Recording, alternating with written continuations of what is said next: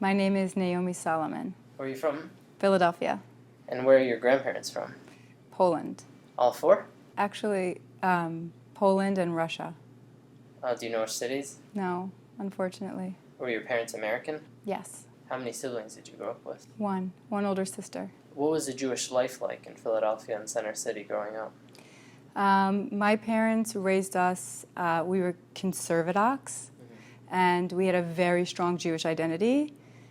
We went to Har Zion Day Camp and Solomon Schechter, Akiba Hebrew Academy, which is an unaffiliated Jewish day school. My parents started, they called it the Chavara Minyan in Center City, which was egalitarian, and my mother was the gabbai. So we were always committed every Shabbos to being at the shul. And my father put on tefillin every morning. So even though the Jewish hub was really in the suburbs in Lower Merion, and I grew up in the city itself, I was very, very aware and involved in being Jewish. In fact, my parents took my sister and I, when we were maybe 9 and 12, I don't remember the exact ages, to Russia on a mission to help refusenic Jews and to smuggle in Jewish books.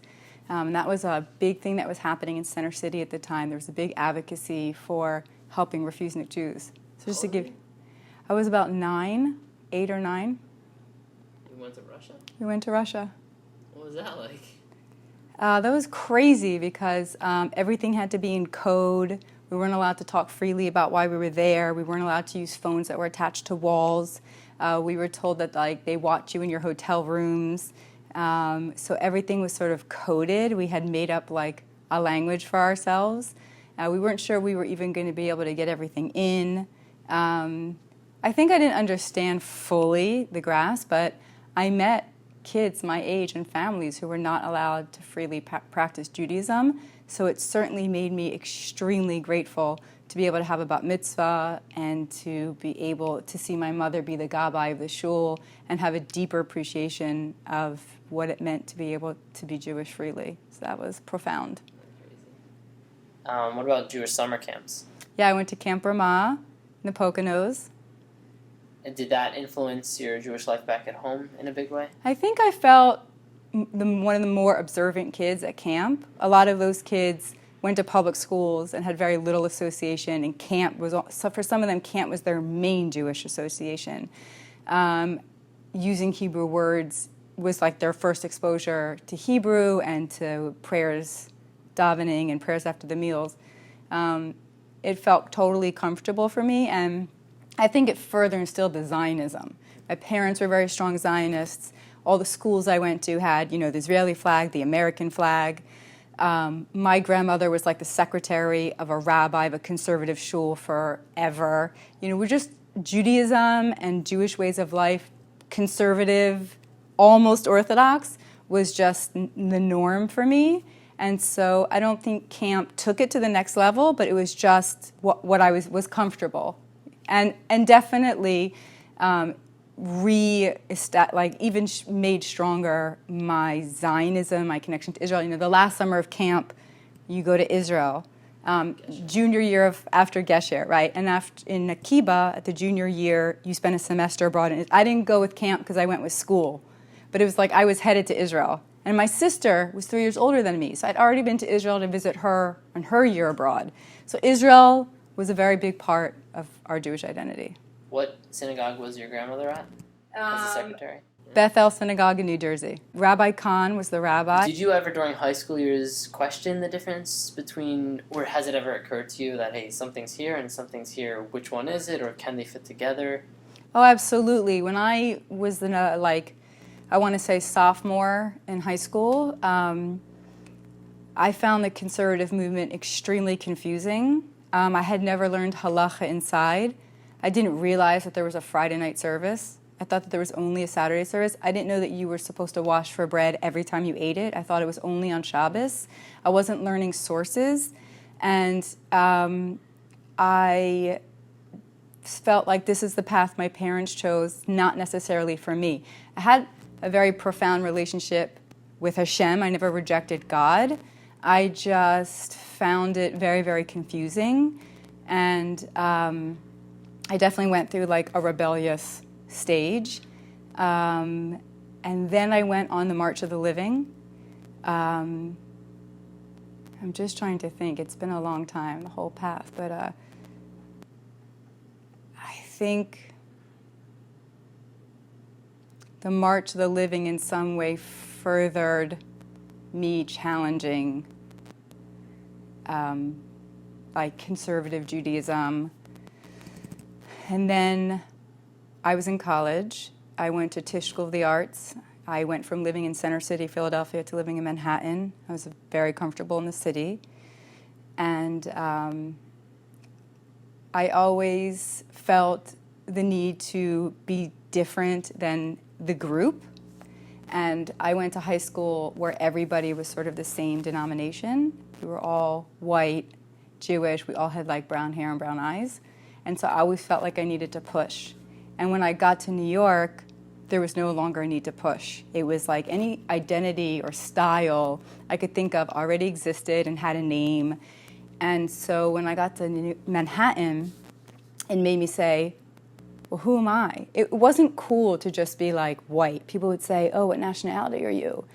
And say, oh, I'm Native American, Indian, and half Hipachi. And I didn't want to just say, you know, I'm white. And I was like, I'm Ashkenazi from European descent.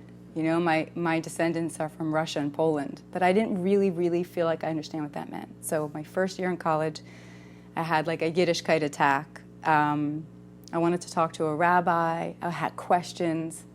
Should I keep going, or is it tangent? Okay. So, you know, I remember I was walking through the streets in a full Adidas running outfit. I had like 10 packs and synthetic hair braided into my head. That was just my style at the time. It was like very normal. And I just started talking to God in English. And I say, you know, they say you're supposed to talk to you in your own language. So where are you? Where are you? And I had told my mom earlier that day, I'd really like to talk to a rabbi, but there's no Hillel. You know, in Manhattan, there's all these, they think, oh, you just go to synagogue. So there was no campus really, and there was no Hillel. And after I had been just sort of talking to God out on the street, I came back to my dorm, and there was a message in my machine from my mother saying, I found out that there is a rabbi. It's not Hillel, it's Chabad. And his name is Rabbi Eli Cohen, and here's the phone number. And I remember thinking, hey, you're quick. Like it was direct. And I went straight to his office. I like got the message, wrote it down, and walked straight over to the Jewish Life Center. There wasn't actually a center. It was just like an office in a building at NYU. And I walked in, and there was a rabbi in like a black coat with a beard. And I was all out of breath, like excited, like God's talking to me. And he was like, hi, come on in, sit down. I was like, you know, I just have a lot of questions. He's like, great. And he sat me down. He pointed to a picture of the Lubavitcher Rebbe and said, do you know who that is? And I looked at it and said, no, a rabbi. And so he told me about the Lubavitcher Rebbe, Rabbi Menachem Schneerson. And he told me a little bit about Chabad. And then he said, so what are your questions? And then I sat there and realized, like, I just had this pause. I didn't actually have specific questions. I just knew that everything inside felt unanswered and confused. And I sort of paused, and then all of a sudden it started flowing out. I was like, yeah, where do the women fit into all of this? And what does your wife do? And why are there no pictures of, you know, it just started. He said, you know what, I think you should meet my wife. She runs a newspaper and teaches classes, and we have 8 children, and you should come to Crown Heights and meet her. I spent one Shabbos with them, and I said, like, I don't even care if the Torah is true or it's not true. Like, whatever they're drinking, I'm in. Like, the way the children gave up their rooms for me, and the level of spirituality and the family dynamic, and I saw this strong Jewish woman, Rebbetzin Yehudis Cohen, and I was sold. I was just like, okay, I'm in. And I spent the next few years every week finishing photography school and spending the weekends in Crown Heights, and then every break, every spring and summer and winter break, I was going to yeshiva, either in Crown Heights or in Israel. I just wanted to like learn Torah, and learn sources. And I was blowing my mind and going through this journey of finding my place in Yiddishkeit. What were some of the programs you went on? There was a yeshiva study, Ivy League Torah yeshiva study program in upstate New York.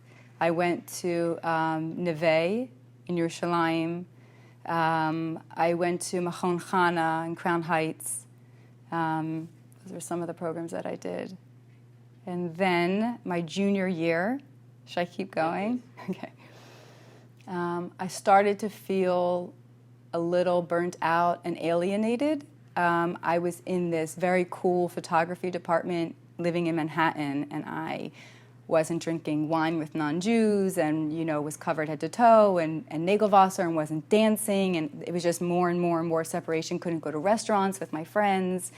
And I had Shabbos friends, but they weren't necessarily my weekday friends. And again, Shabbos was in Crown Heights, so I kept having to leave. It wasn't on campus. I spoke with the Rebbitzin, and she said to me something very beautiful. She said, when you take on more halachas and when you go through this journey of Jerusalem, of growing in Judaism, it should feel like going for a jog on the beach. Like running on sand is challenging, but you have the view, you have the water, you're finding treasures as you go. She said, what does it feel like for you? I said, I feel like I'm climbing Mount Everest and I'm running out of oxygen. She's like, then you need to pause. It shouldn't. I said, I feel like this burden that is just so heavy on me and I'm going to snap. And she definitely was like, take a break. But how do you take a break? I didn't know what to do. And I was headed towards my junior year abroad in Israel, and I was terrified to go. I was terrified to go back into yeshiva and take on more halacha. I was terrified to go and not go to yeshiva. I didn't know what that would look like. And I just felt very at a crossroads. My father's like, you're being too serious. Can't you just go to Israel and go to the beach? Just have fun. So make a long story short, I ended up going to B'Tzalel, Academy of Art and Design, on an exchange from Tisch. And I went a little bit early and I did the Israelite program. I felt very naughty. I was like, I'm learning not text-based and with men and women in the same room. But nobody knew me, and I could wear pants, I could start over, and that was my Rebbitzins' advice, was to sort of, reboot. So I had gone from conservative to Chabad and did not fit into either one and didn't really know that there was anything else. I just thought oh my God, am I going to be able to be a religious Jew?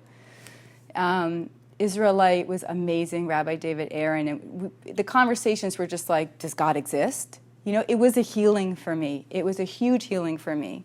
And I thought, I'm just going to spend this semester photographing and just loving Israel and just taking it slow.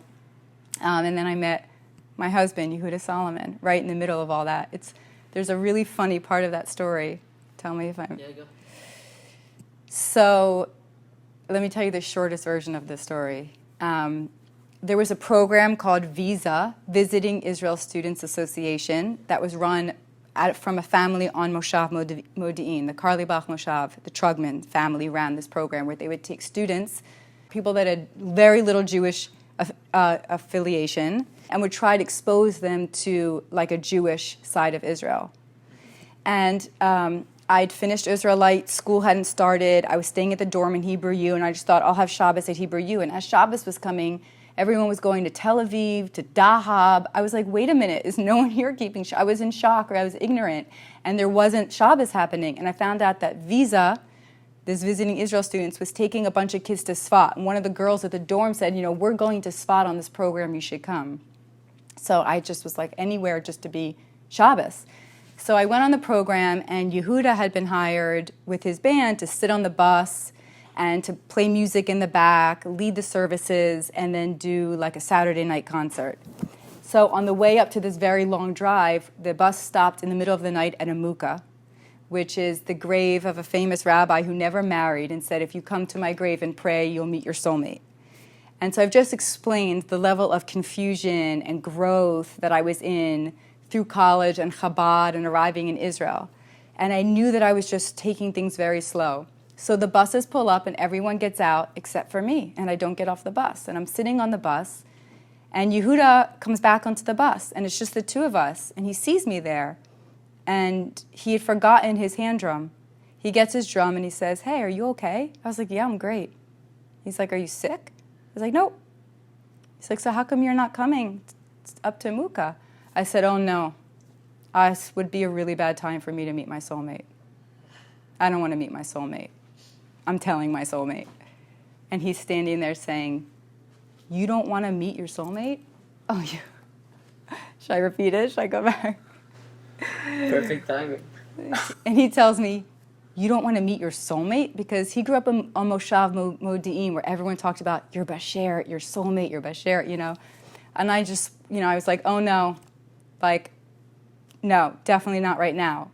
And this really blew his mind, and he didn't give up. He said, well, what if you didn't have to marry him right away? What if you just met him? You don't even want to meet him?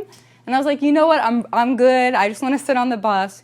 You go and pray. Because I believed very strong in the power of prayer. And I felt, I'm so confused right now. This would not be a good time to meet my soulmate. I thought I was headed towards an arranged marriage with someone from Crown Heights. And now I was at Israelite thinking, maybe that's not my path. So how could I possibly speak, you know, I just didn't know where to go. And he gets off the bus, and this voice comes into my head that says, you know, God hears everything you're saying. What you're saying out loud that you don't want to meet your soulmate. There are people in their 30s and 40s like that are waiting to meet their soulmate. And I was like, oh my God, I better go to a mukah. And I went running off the bus. I was like, wait for me, I'm coming. He's drumming up there meanwhile. Yeah, they were drumming and praying by candlelight. Oh, so after that program, after you came back from Batala, if you've graduated school, did you guys stay in touch? Oh, I fell head over heels in love with Yehuda Solomon. I didn't eat, drink, sleep, or take a single photograph. It was like ridiculous. And I finished the semester and stayed for the summer. And the summer was coming to an end, and I had to go back and finish college. And we're walking down the Midrachov in Jerusalem, and we're trying to figure out, you know, how are we going to see each other? I'm going back to the States. He lives in Israel. And he bumps into someone, which happened all the time. I didn't know who it was. But it was Stewie Wax, founder of the Happy Minyan. And he says, hey, Yehuda. Yehuda's like, hey, he's like, we're looking for a chazan for the high holidays. We'll fly you out to Los Angeles. Would you do it? He looks at me and he looks at Stewie and he's like, yes, I'll do it. They shake hands and he tells me, I got a ticket to the States. I was like, honey, that's amazing. I go to school in New York. He's like, how far could it be? Coming to Los Angeles. So in order to see him, I had to fly out to Los Angeles. And that's how we landed at the Happy Minyan. What do you mean? Well, that was the first time Yehuda or I had ever been in, experienced, or even knew about the Happy Minyan in Los Angeles. And he led the high holiday services. What year was this? This was 1997. It was in Beth Jacob? It was in Beth Jacob. So we came out here for the high holidays together to see each other. I went back to New York. He went back to Israel. And I'm going to try to summarize. So I really wanted to stay in New York. I had a lot of connections there. I was doing photography. He came to visit me. He was completely overwhelmed by New York City. He'd never really been off the Moshav, and he'd never eaten in a restaurant. He, didn't really own his own pair of shoes. He really had lived this isolated spiritual life. And he just told me, I can't do it. I can't leave Israel. I can't. And I said, okay, I'm going to move to Israel. I moved to Israel, and I had a job as a photographer, started my life there, and actually right before I actually physically left New York, he told me, I think I might have made a mistake. I think I should move to the States. And I said, I'm just going to pretend I didn't hear that. It's too late. I gave up my apartment and my contacts, and I already had invested in provisions in Israel, and I was like, he's just having a moment, it'll pass. And the whole time I was living in Jerusalem, and he was living on the Moshav, and we were still dating, he was saying, I feel like I need to try to be a musician in the States, and if I don't give my career a try, I'll never know what I could have done. I know what I could do here in Israel, but I don't know what I could do if I leave. And he brought it up enough times that I finally realized we had to go to the States. I really wanted to stay in Israel, but he was my soulmate, and I knew I had to go with him. So I said, well, I'm not going back to New York. It's simply too embarrassing. Where else can we live? And he said, well, what about Los Angeles? They have a Happy Minyan there that we know about, and you could do your photography there, and I could be a musician. It's a city. And we knew nobody here. Yehuda knew Shlomo Katz and Avshalom and Sharon, the Katz family. We just came out to Los Angeles not knowing anyone here. Okay, and then you lived around the Happy Minyan? We lived near the Happy Minyan, and Yehuda just sort of naturally became the chazan of the Minyan. That was 20 years ago. Okay, and that's today. Okay. When did you become, what's your position? I'm the executive director. When did that begin? Or were you a different position before?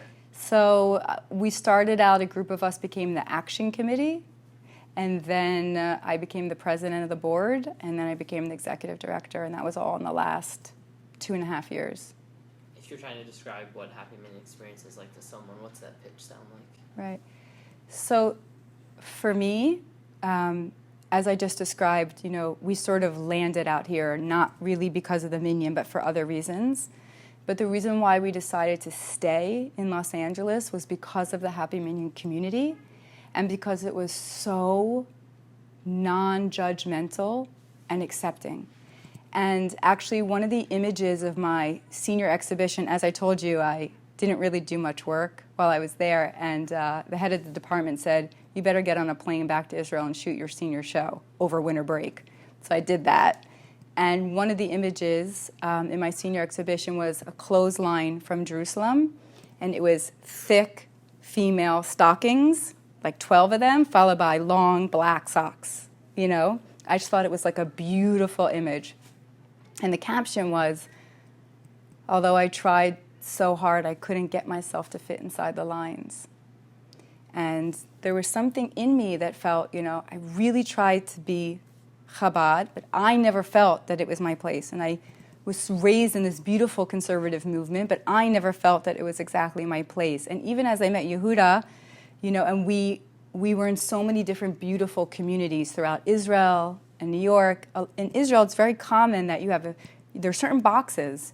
You live in this moshav, you fit in this box. You live in this yeshuv, you fit in this box. But Yehuda and I, we don't fit in boxes, neither of us. And in here, in the Happy Minyan community, it was like no box.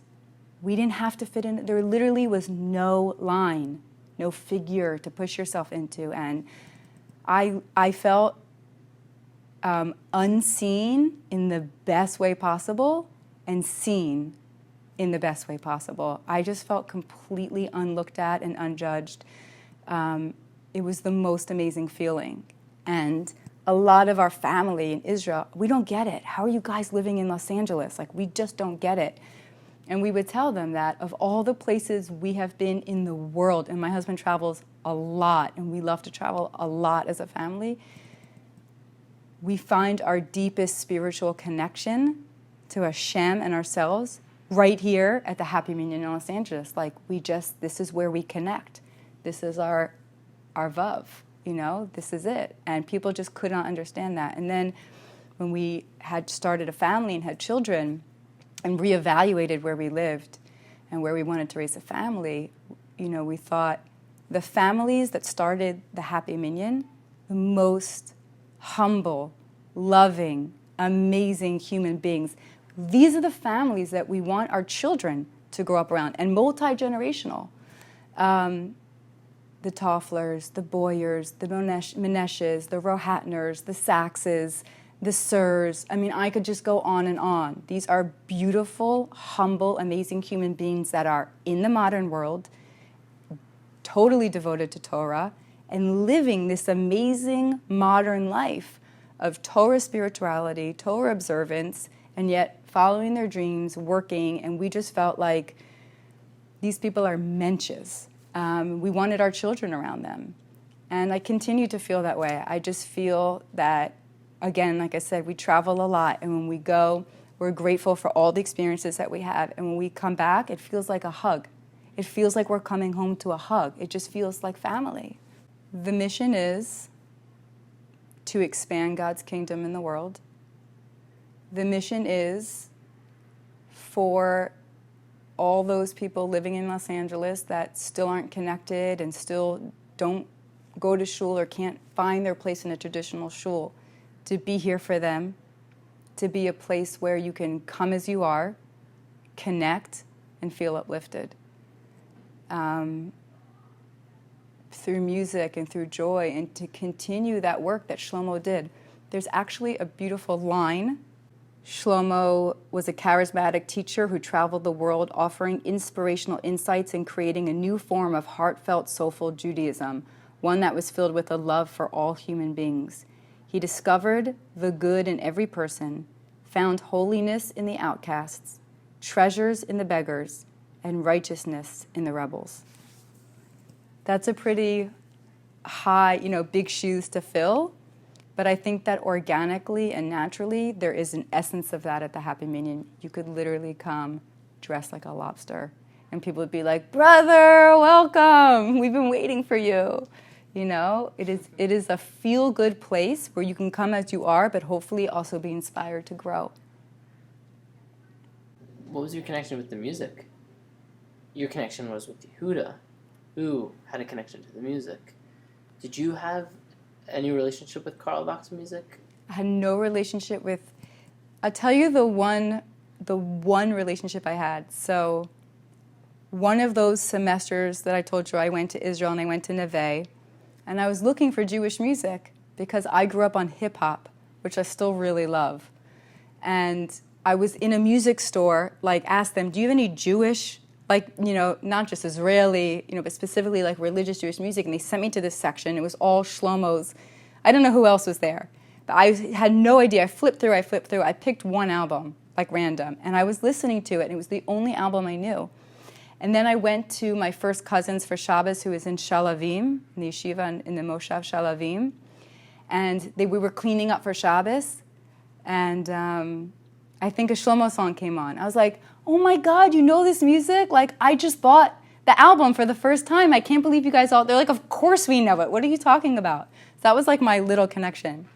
But when I was later, dating Yehuda, and he discovered in all my music, which was a lot of blues and jazz and hip hop and all kinds of music, and he found the one Shlomo CD and he picked it up. He was like, this is literally the worst of all.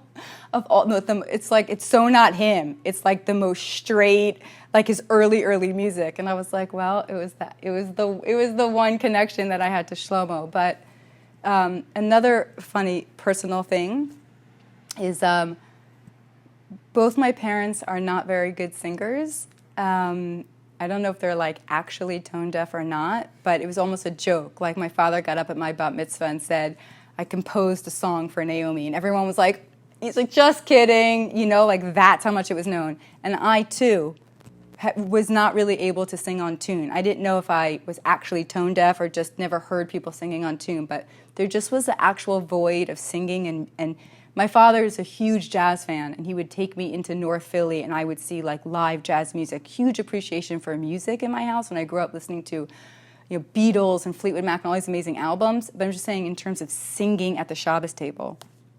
And so Yehuda brought music into my life in a very deep way, not just the deep music of his music and Shlomo music and Carly Bach music and the power of music and the healing of music and the communication of music, and taught me how to stay on tune and to sing. And he really has brought, in a very deep sense, music into my life. And because I didn't really have it before, I'm also sort of very spoiled and ruined in that way. I really only know davening sort of by Yehuda and benching and the way he sings to children, just the constant music that's in our house is the most normal thing to me. It's also a certain level that it's really deep and beautiful.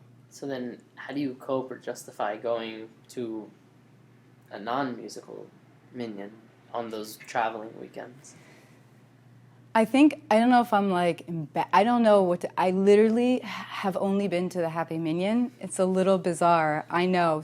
Usually you shop around, you spend a Shabbos at this shul and that shul, and I really haven't ever done that because I didn't have a need to, and maybe it also have been just my entire family's here and I'm walking to, I don't know, I never had the desire. And then when we travel, he usually is the chazan wherever we're going, and it's usually because he is working, and that's why we're traveling. And I grew up in a beautiful minyan, but it wasn't about music necessarily. And I never met Shlomo. Yeah. I never met Shlomo. My whole connection to Reb Shlomo is through Yehuda and his family. Yeah. But Yehuda grew up with him, and Yehuda has memories of him from a very, very young age, was performing with him from a young age, was his neighbor when he was on the Moshav.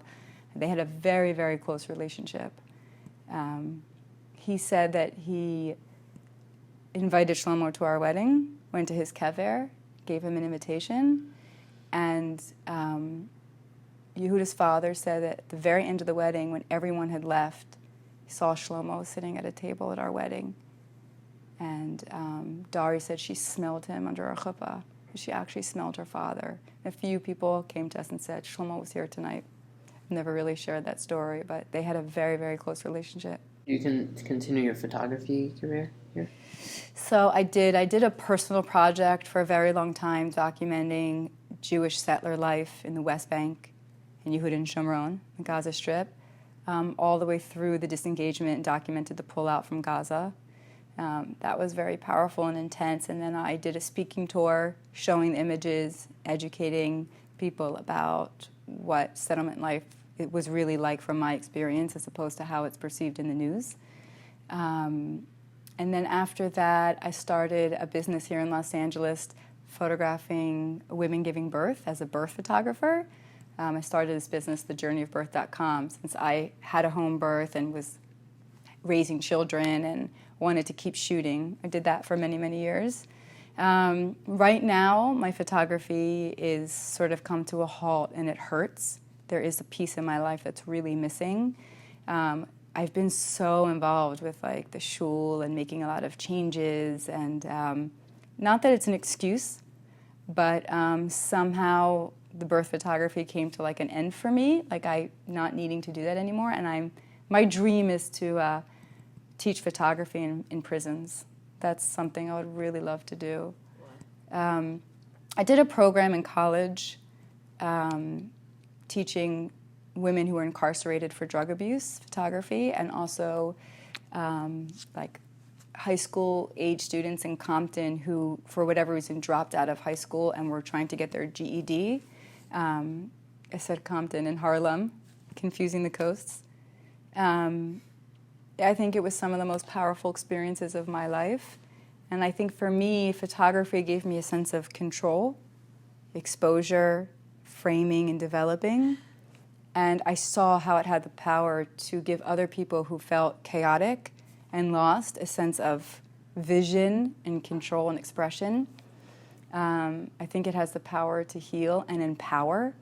And I just always want the camera to take me to the places that I can't see. Like, what does it look like deep inside the settlements where they don't allow photographers? What does it look like in a room where a woman is giving birth at home and there's no one there? And I'm kind of curious what it looks like inside of a prison. It's sort of like an invisible society that we know exists, but we really don't see. So I think a combination of using the camera to access unseen places and then offering the power of photography to empower people who don't have power would be awesome. What's the reason what is good about home births? I don't have an opinion about whether you give birth at home or not at home. I think a woman needs to give birth where she feels safe, and I started out doing home births, and I ended up doing hospital births, cesareans, scheduled cesareans. I just was a birth photographer, whatever your birth looked like. It wasn't specifically for home births. I chose to have home births for myself. It was like very clear. Actually, I met a couple at the Minyan who were pregnant, and the husband was a photographer, and they asked me to photograph her birth. I had never been to a birth. In order to be at the birth, I had to go to a few home birth classes, and during those classes, I said, that's it, I'm sold, I'm going to have a home birth. So that's what it was for me personally. Can you say why? How come? You don't have to if you don't want to. No, I just think it's not necessarily the best reasons. I think it was out of fear of giving birth in a hospital. I think the first time I did it was because I had never experienced birth. I went to these birthing classes, and I thought this is the most natural, beautiful, awesome way to bring a baby into the world. And then I witnessed this stunning woman who had this like unbelievable home birth and photographed it and was so high and so spiritual and felt so natural and incredible that I just said, well, I just want this experience for myself. But then from that point, when I became a birth photographer and witnessed many, many births in the hospital, For the second and third child, it was more like terrified of, there's like a path, there's a map that you need to fit in for liability at a hospital, and so you can only like be in labor a certain amount of time without reaching a certain stage. If your water breaks, you have a certain amount of time to have that baby come out, or you hit the liability wall. If your baby is crowning but is not fully birthed by a certain time, there's all these like limits. And I've seen doctors induce women because of their personal schedules. I've seen babies vacuumed out. I've seen women that wanted to try and have a natural birth be like convinced to go on drugs because it makes it easier for nurses and doctors. I mean, I'm so grateful for nurses and doctors for emergencies. I've also seen women at home get transferred and have a cesarean and it saved their lives. So I sound very judgmental, but I just didn't want to go in a certain direction because of someone else's liability and rules. And I had a midwife that I trust. But if a woman feels safer in a hospital, that's where she needs to give birth.